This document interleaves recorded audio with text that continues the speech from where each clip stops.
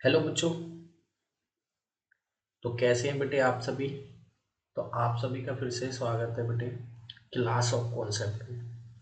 तो आज एक और प्यारा सा कॉन्सेप्ट हम सीखने वाले हैं और काफ़ी कह सकते हो प्रैक्टिकल कॉन्सेप्ट है।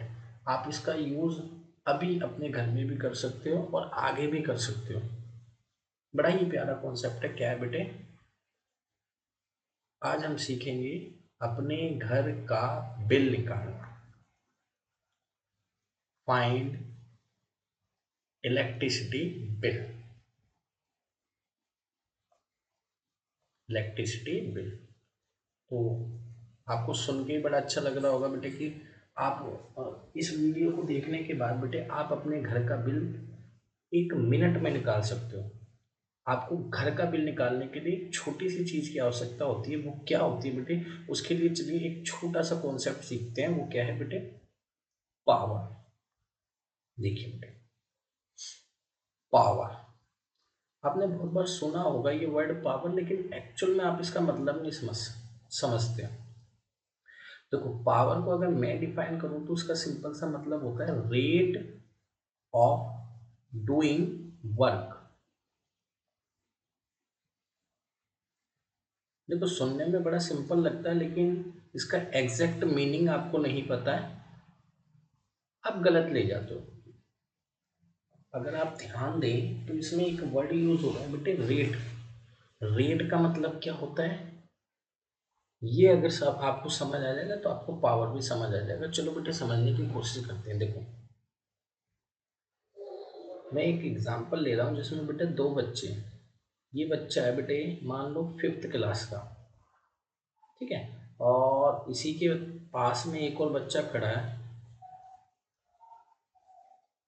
ये है बेटे 12th क्लास का बच्चा, ठीक है।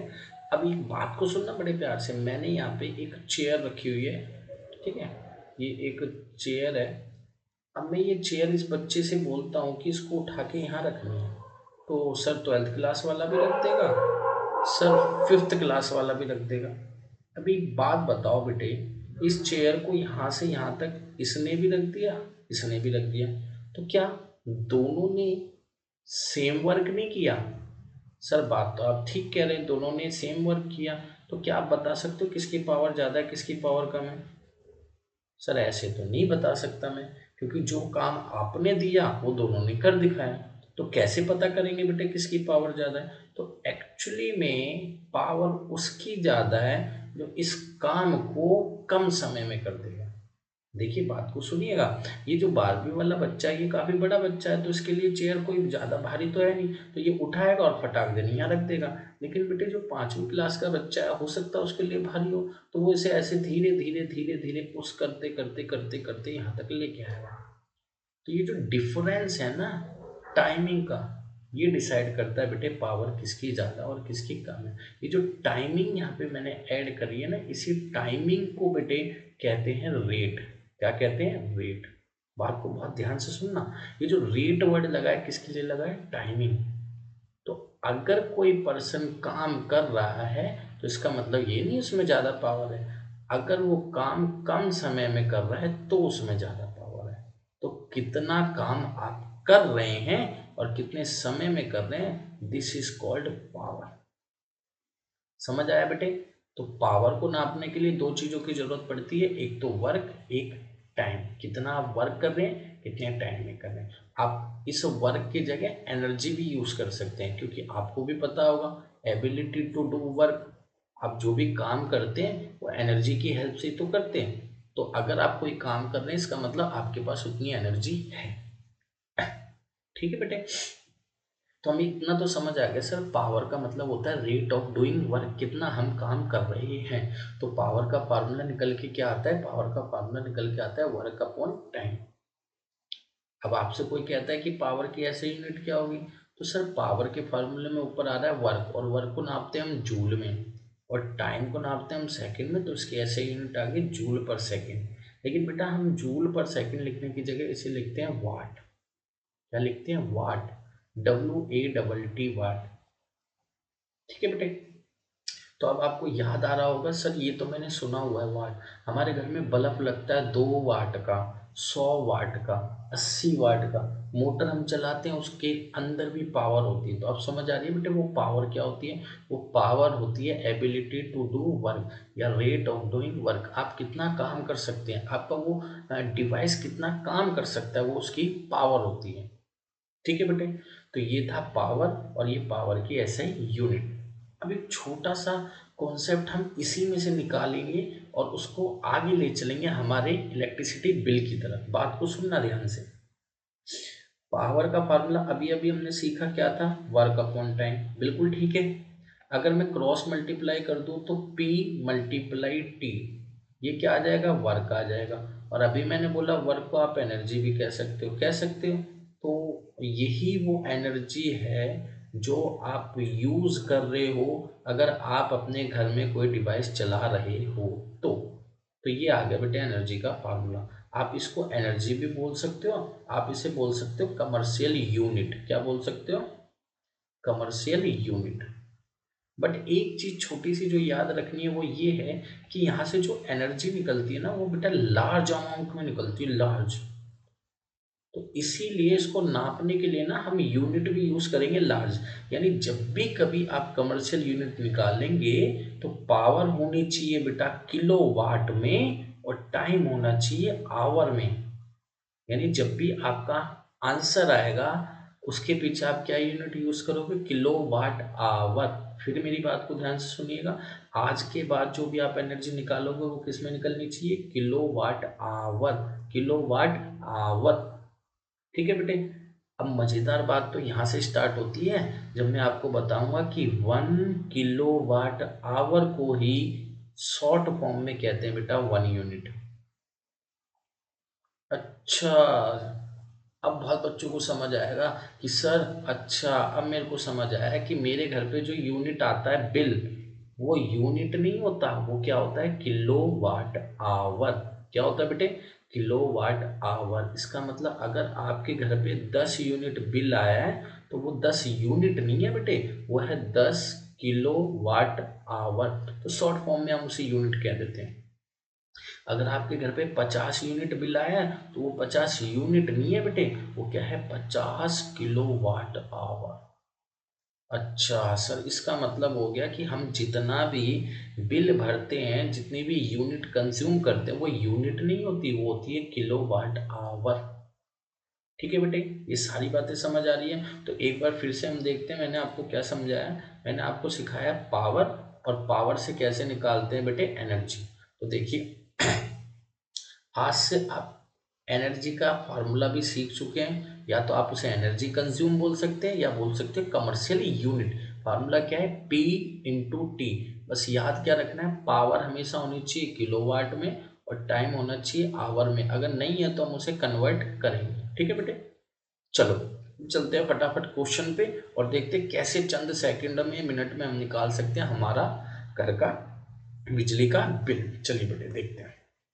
देखो प्यारे से यहाँ मैंने कुछ सवाल पुट अप कर रखे हैं, देखो इसे सॉल्व करते हैं फटाफट। सबसे पहला सवाल क्या है? 2 किलोवाट का एक हीटर है जो हम अपने घर पे यूज करते हैं डोमेस्टिक पर्पस के लिए 3 घंटे तक। यानी ये जो आप हीटर देख रहे हैं इसकी पावर है बेटे 2 किलोवाट। ठीक है, डन। और इसको मैं अपने घर में जलाता हूँ 2 घंटे के लिए। कितने घंटे के लिए? 2 घंटे के लिए। तो आपको पता है जब मैं 2 घंटे इसमें जलाऊंगा तो इसमें एनर्जी लॉस तो होगा। सर बात तो ठीक है, तो हम एनर्जी तो यूज करेंगे इसकी। तो एनर्जी कितनी मैंने कंज्यूम की, कितनी मैंने यूज की या खर्च की, तो फार्मूला क्या हो जाएगा? P into T. सर अभी अभी आपने सिखाया फार्मूला तो ये P इंटू टी। तो पावर हो गई बेटे 2। और एक चीज जरूर चेक करनी है, क्या पावर किलोवाट में? सर बिल्कुल, तो आप ऐसे ही पुटअप कर दो। टाइम आवर में? सर बिल्कुल, तो ऐसे ही पुटअप कर दो। तो आंसर आता है 4 किलोवाट आवर। और अगर आप चाहें तो शॉर्ट फॉर्म में इसे क्या लिख देंगे? Sir unit. तो आपका कितना बिल आया? सर 4 यूनिट बिल आया। कितना बिल आया? 4 यूनिट बिल आया। अब क्वेश्चन में बोला है कि अगर आप 1 यूनिट एनर्जी खर्च करते तो 8 रुपये होता है।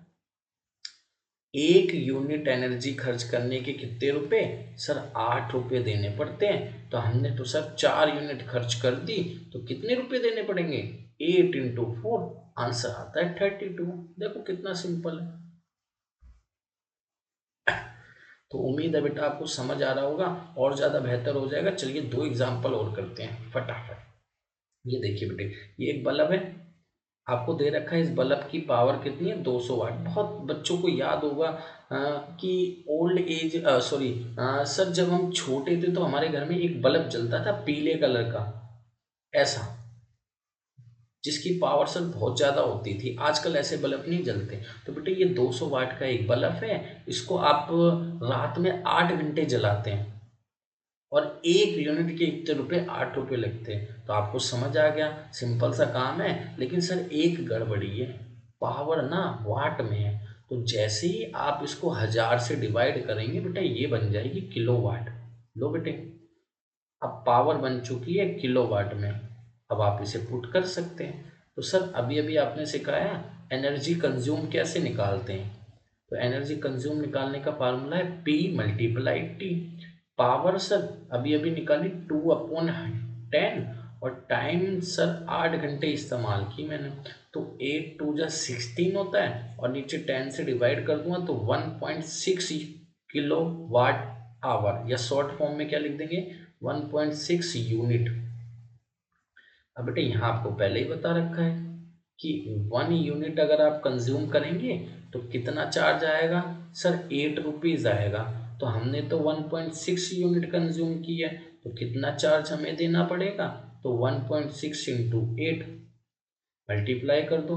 8 6 जा 48, 4 आ जाएगा, 8 1 जा 8, और 4 12, और एक के बाद पॉइंट। लो बेटे फाइनल आंसर 12 रुपये 80 पैसे। देखो कितना सिंपल सा काम है। बस आपको 2 चीज चाहिए, सर कितना चला रहे हैं, क्या चला रहे हैं, है ना बेटे। ये देखो क्वेश्चन नंबर 3 कितना प्यारा है। पावर दे रखी है बेटे 2000 वाट, और आपको पता है वाट तो चाहिए नहीं, हमें तो किलो वाट चाहिए। तो मैं क्या करूँगा, 1000 से इसे डिवाइड करूँगा, तो ये बन जाएगा बेटे किलो वाट। 3 जीरो से 3 जीरो कैंसिल, यानी हो गया 2 किलो वाट। अब ये जो मोटर आप देख रहे हैं बेटा, ये मैं 2 घंटे चलाता हूँ। टंकी भरनी है बेटे, तो मोटर तो चलानी पड़ेगी।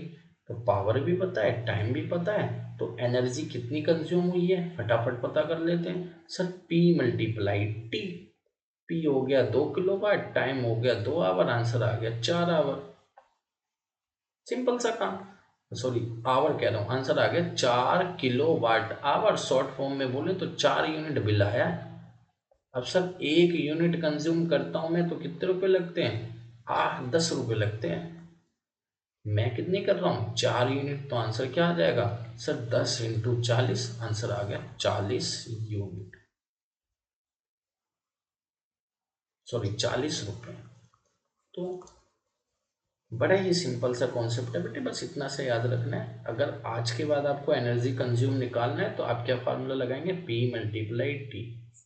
जो भी आंसर आएगा वो आएगा किलोवाट आवर में, और उसको जैसे ही बेटा आप कॉस्ट से मल्टीप्लाई कर दोगे, आपका आ जाएगा टोटल बिल।